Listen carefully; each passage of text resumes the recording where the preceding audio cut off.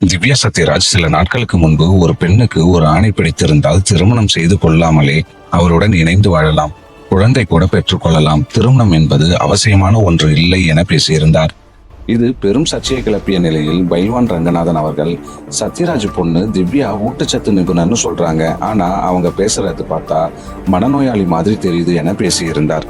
இதை கண்டிக்கும் வகையில் பேசியிருந்த திவ்யா சத்யராஜ், என் அப்பா பைல்வானுக்கு எவ்வளவு பணம் கொடுத்திருப்பார், அப்படி அவரிடம் பணத்தை வாங்கி கொண்டு இப்படி பேசலாமா என கூறியிருந்தார். இதற்கு யூடியூப் சேனலில் பதில் அளித்திருக்கும் பைல்வான் ரங்கநாதன், திவ்யா சத்யராஜை இதற்கு முன் நான் பார்த்ததே இல்லை. 4 ஆண்டுகளுக்கு முன்புதான் சத்யராஜின் மகள் திவ்யா சத்யராஜ் என்றும் அவர் ஊட்டச்சத்து நிபுணர் என்பதும் எனக்கு தெரிய வந்தது. இதுவரை நான் சத்யராஜ் வீட்டிற்கு சென்றதே இல்லை. இன்டர்வியூக்காக சில சமயம் அவருடன் பார்த்து பேசியிருக்கிறேன். ஒரு நாளும் நான் சத்யராஜிடம் பணம் வாங்கியதில்லை. இது என் தாய் மீது சத்தியம். உண்மையில் சத்யராஜ் எனக்கு பணம் கொடுத்தாரா என்பதை நீங்களே உங்கள் அப்பாவிடம் கேட்டு தெரிந்து கொள்ளுங்கள். ஏனென்றால் சத்யராஜ் பத்திரிகையாளர்களுக்கு 1 ரூபாய் கூட தரமாட்டார்.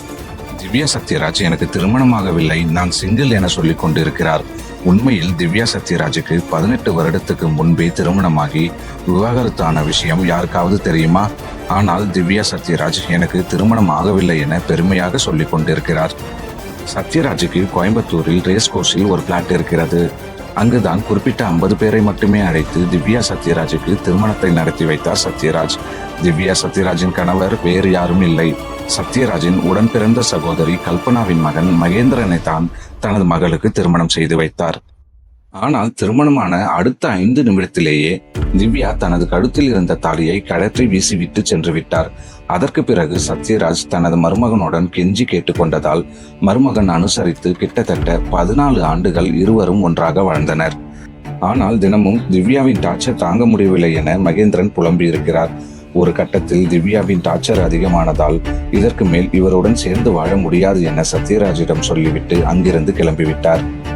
இதுதான் திவ்யா சத்யராஜின் திருமண வாழ்க்கை.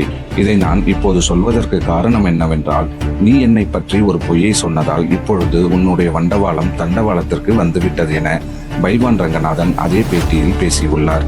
இந்த விஷயம் அனைத்தையும் நண்பர் ஒருவர் தனக்கு சொன்னதாக பைல்வான் கூறியுள்ளார்.